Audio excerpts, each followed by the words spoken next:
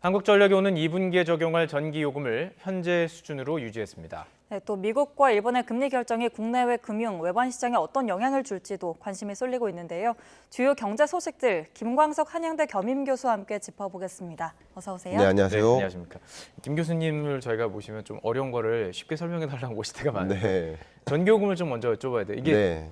굉장히 어렵습니다. 공부해본 사람들 잘 이해가 안 돼. 이건 좀 어떻게 설명 가능하실까요? 이거 설명이 어렵습니다. 예. 어렵지만 우리 시청자 여러분들을 위해서 말씀을 좀 드려보도록 하겠습니다. 네. 자료를 먼저 보면서 말씀드릴게요. 예. 이게 전기요금, 우리가 내는 전기요금이 있어요. 네. 그 구성이 이렇게 네 가지로 됩니다. 예. 기본요금, 전력량요금, 기후환경요금 이렇게 세 가지가 있는데 연료비 조정요금을 조정하면서 네. 네. 전기요금 단가가 달라지는 거라고 해석할 수 있는데 예. 예를 들면 킬로와트당 지금의 연료비 조정 요금이 플러스 마이너스 5원이에요. 네. 그러면 연료비가 올라가잖아요. 기름값이 올라가요. 예. 그럼 전기를 만들려면 기름을 더 많이 써야 되잖아요. 네. 그러니까 그런 것처럼 연료비 조정이 필요한데 지금은 상한이 5원으로 돼 있는 거예요. 예. 아무리 올라가도 이것을 이제 한국전력공사에서 어떤 수준의 연료비 조정 단가가 필요하다라고 보고를 산업통상자원부에 합니다. 네. 그러면 거기서 승인이 나면 적용되는 것인데 네. 이 연료비 조정 요금을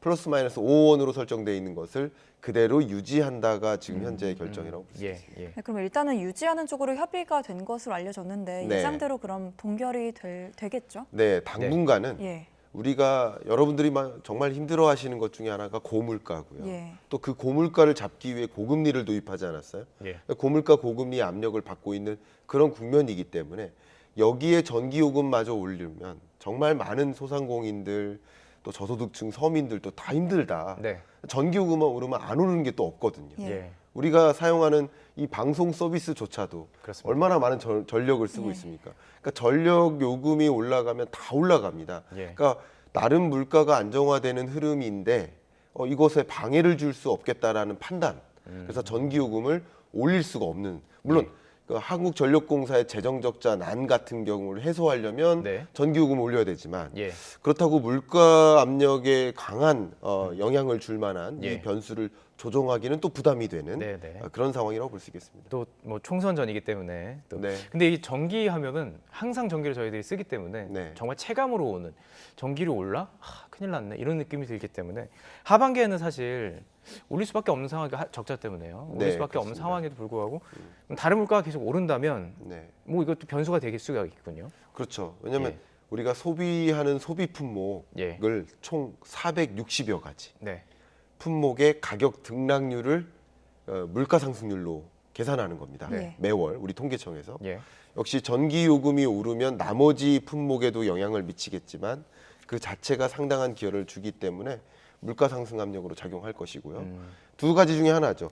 전기 요금을 올려야 한국전력공사의 재정 문제를 좀 해결할 수 있는데 그러자니 또 물가 상승 압력으로 작용하니까 예. 고민이 되는 겁니다. 네. 그 고민이 되지만 그 중에서 지금으로서는 어쨌든 물가 상승 압력을 굳이 줘서 더 큰 물가 부담을 줄 필요는 없겠다라는 판단이라고 해석할 수 있지 않을까. 그래서 어쨌든 물가가 좀 안정되는 수준, 2% 수준에 떨어지는 그 과정에서는 2%, 예. 예, 전력 요금을 올릴 수 있겠다. 하반기라고 볼 수 있겠죠. 네, 우선은 하반기에 그런 물가 추이도 좀 지켜봐야 할 것 같고요. 네. 그럼 우선은 다음 주제로 넘어가서 오늘 새벽 FOMC 발표 내용도 살펴보도록 하겠습니다. 네. 5차례 연속으로 지난해 7월 이후에 동결을 하게 된 건데 시장의 예상과는 일치했습니다. 시장 네. 반응이 어땠나요? 일단 시장에서는 환호했습니다. 예. 그러니까 한 달 전까지만 해도 시장에서는 예. 그래 24년 연내에 3번 정도 금리 인하할 거야. 예. 그 시작은 뭐 6월 정도 되지 않겠어? 이런 기대를 했단 말이에요. 근데 최근 한 1, 2주 동안 그 기대감이 좀 무너졌어요. 예. 그래서 2번 아닐까?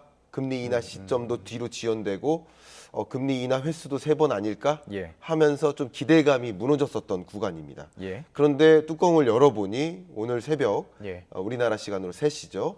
발표한 걸 보니 3번 금리 인하하겠다는 입장을 그대로 유지한 겁니다. 예. 그러니까 시장은 기대가 꺾였던 상황에서 다시 기대감이 올라가니까 예. 금리 인하에 대한 기대감이 올라가니까 예. 이제 주식 비중 늘려도 되겠다 네. 하면서 주가가 오르는 거죠. 예. 비트코인 가격도 오르고 혹은 주가도 오르고 이제 예. 왜냐하면 금리 인하하는 거겠네 네. 라는 믿음이 있으니까 예. 조금 더 적극적으로 자산 시장으로 돈의 이동이 일어나는 것이라고 볼 수 있겠습니다. 올해 세 차례 금리 인하가 그러니까 뭐 약속을 한 거나 마찬가지라고 보면 되는 거죠. 그러니까 예. 약속이라는 표현 조금 조심스럽습니다만 연준 위원들이 판단했을 때 네. 지금의 연준 위원들 혹은 페드가 중앙은행이 미국 경제를 전망했을 때 네.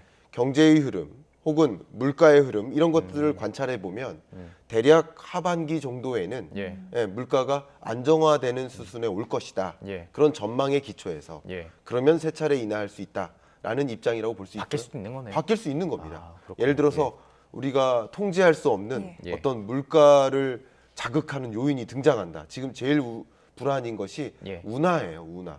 수에즈 운하라든가 파나마 운하 예. 이런 운하들의 물동량이 제동이 걸렸어요. 예. 그러면 이 해운 물동량이 그 지역을 지나지 못하면 예. 우회해야 돼요. 그러면 원자재나 부품 공급 대란이 오겠죠. 네. 그리고 물류비가 올라가겠죠. 예. 그런 것들이 또 물가를 안 잡히게 만드는 요인이 될 수 있어요. 예, 예. 그러니까 그런 변수가 어떻게 전개되느냐를 예. 지켜보면서 의사결정할 것이다 이렇게 보겠습니다. 그래서 지금 예상은 0.25%씩 3번, 7.5. 근데 올라갈 때는 네. 뭐 베이비 스텝, 뭐 자이언트 스텝 해가지고 막 네. 올라갔잖아요. 그렇습니다. 내려갈 때는 그냥 계속 0.25% 이렇게 세 차례 내려가는 겁니다. 아, 그 부분 답변 드리겠습니다. 예. 너무 좋은 질문이시네요. 예. 그러니까 금리를 인상한 이유가 뭘까요? 5.5%까지. 금리를 인상한 이유는 물가 안정인 예. 겁니다. 예. 그 물가는 미국이 만난 2022년에 6월에 만났던 그 물가 상승률은 네. 41년 만에 최고치입니다. 예. 우리 앵커님 인생에 처음 만난 물가인 거예요, 정말. 예. 그렇죠? 그러니까 42세가 안 되는 여러분들께는 처음 만난 물가라. 저는 만나본 만나보죠. 거네요. 저도 예. 만나봤습니다. 예. 근데 그만큼 굉장히 높은 물가가 미국 경제에 나타났기 때문에 네. 그 물가를 잡기 위해서 대대적으로 금리 인상을 한 것이다. 이렇게 예. 해석해 보시면 좋겠고요. 예. 반면 지금의 금리 인하는 급한 게 아닙니다. 금리 정상화인 거예요. 예. 5.5% 기준금리는 너무 높은 것이기 때문에 네. 점진적으로 상황을 봐가면서 정상화해 나가겠다. 대략 한 3.5%를 향해서 금리를 인하해 나가는 수준을 가져가겠다라는 네. 입장인 것이니까 서둘러서 급하게 할 필요가 없고 네. 또 서둘러서 급하게 했을 경우 물가가 나름 잡히고 있다가 다시 급등할 수 있으니까 네. 그래서 금리를 서서히 인하하는 수순을 가져가겠다 이렇게 보겠습니다. 예, 올해도 서서히 내리고 또 내년 전도표에 따르면 내년에도 세 차례 정도 인하할 것으로 지금 전망이 되고 있는데요. 원래는 네 차례 정도 예상을 했었잖아요. 그러다가 이게 한 차례 줄어든 건 네. 그 CPI 지수나 이런 게 물가가 안 잡히고 있다는 이유 때문일까요? 네, 정확하십니다. 예. 예. 그러니까 페드가 예. 오늘 아침 새벽 3시에 발표한 전망치를 보면 예. 금리 인하를 몇 번 할 것인가에 많이 관심을 갖고 계시잖아요. 네.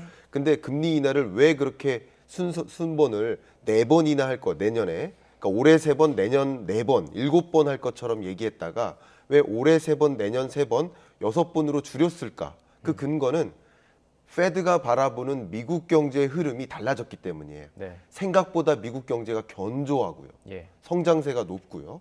실업 문제도 없습니다. 예. 거의 노랜딩에 가까운 미국 경제 흐름이에요. 예. 그러니까 그것이 물가에 어떤 영향을 미칠까요? 물가가 더 안 잡히게 작용하겠죠. 네. 실제 물가 상승률에 대한 페드의 전망치가 상향 조정됐어요. 예. 그것을 보니 더 높은 금리를 한동안 더 유지해야 되겠구나. 예. 금리 인하를 서둘러서 하면 안 되겠구나 하는 판단이 감지가 되는 거죠. 예, 미국의 금리 인하가 관심인 것은 우리 금리 때문인데 네. 저희가 좀 발언을 좀 모아봤습니다. 제롬 파월 미국 연준 의장이 경제 성장에 자신감을 보이면서도 그 여정이 결코 쉽지 않을 것이라는 입장을 보였죠. 그리고 우리 이창용 한국은행 총재의 발언도 함께 모아봤습니다. 함께 들어보시죠.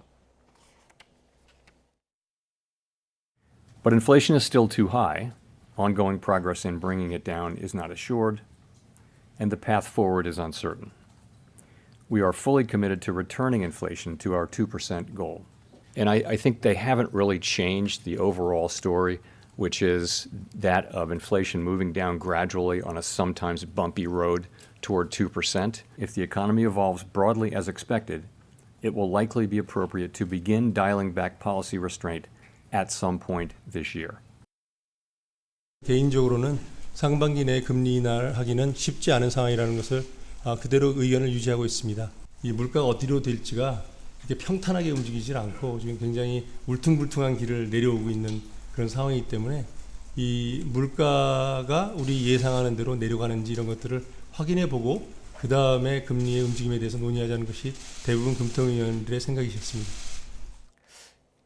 한미 금리 차가 지금 상당히 크잖아요. 그렇습니다. 근데 그 상황에서 지금 울퉁불퉁한 그 길을 내려오고 있다. 저는 이 표현이 그 딱 들을 때 그래프가 좀 떠올랐어요. 네. 그러니까 우리가 금리 차가 이렇게 울퉁불퉁 돼 있는데 네. 미국이 내려온다고 해서 우리는 내려올 것인가? 네. 이건데요. 네. 결국은 우리 금리 차가 있기 때문에 미국이 내린다고 해서 우리가 바로 내릴 것 같지는 않은데 어떻게 좀 바로 내리거나 예. 선제적으로 내리기는 좀 부담스럽습니다. 그러니까 금리 차가 2% 포인트로 역사상 최대치잖아요. 네.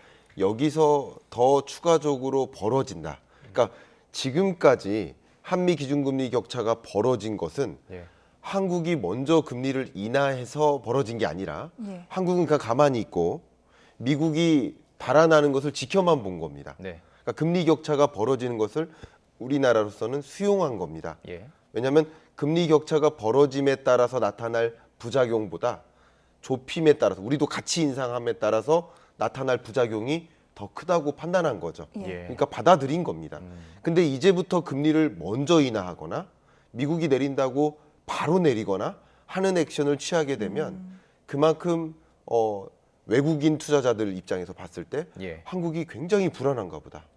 뭐 여러 가지 부동산이나 부동산 아. PF나 여러 가지 문제가 심각하기 때문에 네. 서둘러서 금리 인하나 예. 보다라고 인식할 가능성이 있고 그게 대규모 자금 유출을 만들 수 있기 때문에 자각할 수 있군요. 역시 예. 그 부분을 고려하지 않을 수가 없는 겁니다. 네. 그래서 우리나라 내부적으로 봤을 때 금리 인하할 여건이 조성된다 하더라도 예. 한미 간의 기준금리 격차라는 또 다른 네 번째 요인을 지켜보면서 우리 한국은행의 의사결정이 있을 것이다 이렇게 보고 있습니다. 예, 우선은 뭐 미국과 한국 금리 전망 얘기해봤고요. 네. 이번에 또 일본 금리 얘기도 해보겠습니다. 네. 일본이 이제 오랜만에 금리에 변화를 줬습니다. 마이너스 금리를 유지하다가 17년 만에 올렸다고 네, 하더라고요. 그렇습니다.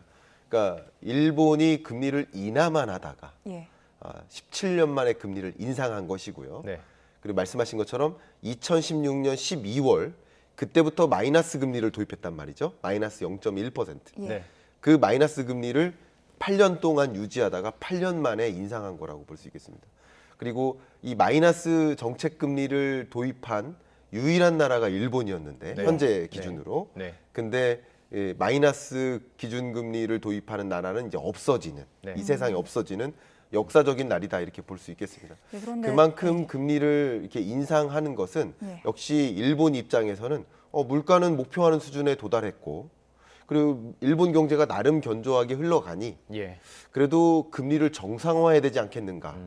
왜냐하면 예를 들어서 군인이라고 한다면 총을 가지고 싸우잖아요. 네. 근데 총알이 없으면 어떻게 될까요? 못 싸우는 거죠. 의미가 없죠. 예. 마찬가지예요. 통화정책 수단이 금리 인한 겁니다. 네. 팬데믹 경제 위기가 오거나 뭐 지정학적 불안이 터져서 금리를 인하해야 될 상황이 왔을 때도 네. 정작 그런 상황에 금리를 인하를 못하면 그러면 통화정책 수단이 없는 거죠. 예. 그러니까 총알이 없는 거죠. 그렇기 때문에 어느 수준은 금리를 올려놔야 된다. 금리 정상화한 거예요. 예. 그러니까 일본은 거꾸로 마이너스 정책 금리에서 네. 정상화하는 인상 기조인 거고 예. 미국의 경우에는 높은 금리에서 인하하는 정상화 기조인 거지 예. 어떤 목적을 예를 들어 물가를 안정시키거나 뭐 경기를 부양시키거나 이런 종류의 목적성을 띠고 금리 인하 인상을 하는 것은 아니다. 예. 지금의 통화 정책 기조는 예. 정상화에 초점을 두고 있다. 이렇게 해석해 볼 수 있겠습니다. 그런데 이제 관련해서 기사들을 보다 보면 이 0에서 0.1%가 단기 금리라는 말을 하던데 그게 정확히 어떤 건가요? 네. 그러니까 일본이 도입했던 이 통화 정책 기조가 이제 예. YCC라고 해가지고 또 설명이 길어지겠지만 네, 네. 이게 물가 상승률을 잡기 위해서 혹은 경기 부양을 위해서 통제하는 금리가 여러 가지 기준이 네. 있는 겁니다. 그 중에 단기 금리를 좀 자극하는 그런 방식이었는데 통상 이 중앙은행들, 그러니까 연준도 마찬가지, BOJ 일본은행도 마찬가지지만 중앙은행의 정책 금리는 우리 국민이 일반적으로 직접 대출받지 않아요. 그죠? 네. 그러니까 중앙은행은 그렇죠. 예. 시중은행에게 대출을 해주고 쉽게 말하면 그럼 시중은행으로부터 우리는 대출받는 거예요. 네.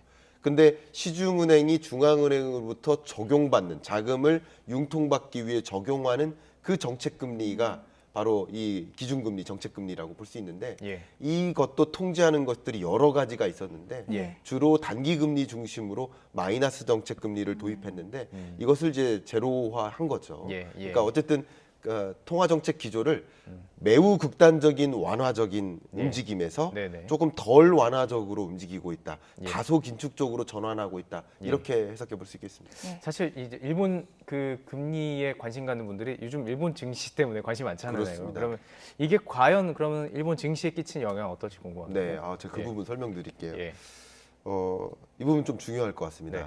엊그저께 화요일 날 일본의 통화 정책 결정을 했죠. 금리를 인상했죠. 네. 그러면 엔화 가치가 이제 올라갈 거야. 그리고 일본 주가는 떨어질 거야. 네. 이렇게 기대를 하셨을 거예요. 그런데 실제 통화 정책 방향을 결정했는데 금리를 인상했는데 8년 만에 제로 금리로 왔는데 마이너스 금리를 벗어났는데 근데 오히려 엔화 가치가 떨어지고 오히려 일본 주가가 올라갔단 말이야. 기본 이거랑 좀 상식이랑 다르네요. 예, 기본 상식과는 다르죠. 네. 기본 상식과 다른 일은 이렇게 일시적인 구간에는 나타납니다. 항상.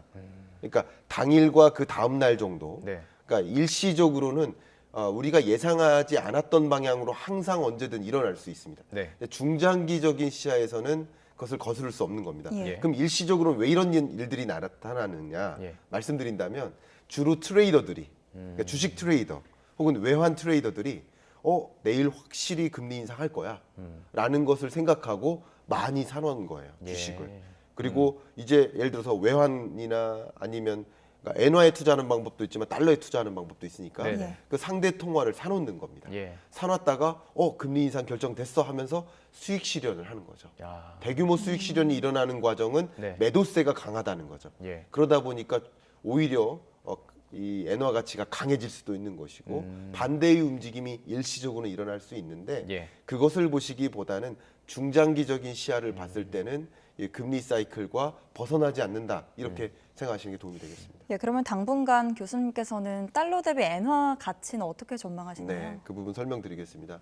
그러니까 달러의 약세화는 진전될 것이라고 봅니다. 예. 그러니까 강달러가 약달러로 전환되지는 않을 것이라고 보고요.